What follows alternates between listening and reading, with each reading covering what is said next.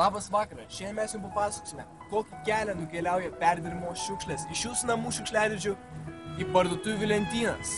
Taigi, dažniausiai žinoma, kaip perdirbamas yra plastikas, apie jį aš jums ir papasakosiu. Plastiko pirmiausia būna apžiūra optinė. Apžiūrima, ar šiukšlės tinkamos perdirbimui, po to jos yra rankomis atrenkamas, po to jos yra susmulkinamos.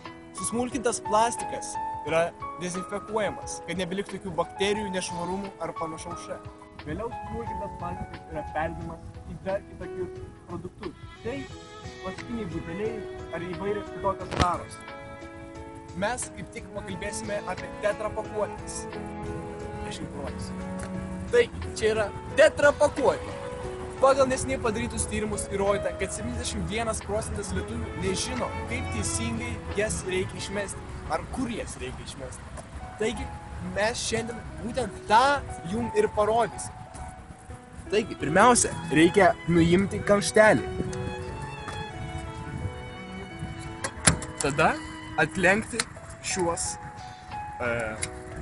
gabaliukus. Fokusas. Vėliau išspausti visą orą, kad užimtų kuo mažiau vietos konteinerį. Ir įdėti vidų. Dabar pakuotė yra paruošta perdirbimui. Bet jeigu jūs nežinojate, tai va čia yra parašyta, man Tetra Pak pakuotė. Mes labai tikimės, kad šio filmuko pagalba jūs išmokote, kaip reikia rūšiuoti tetra pakuotės ir kaip rūšiuojamas ir perdirbamas plastikas.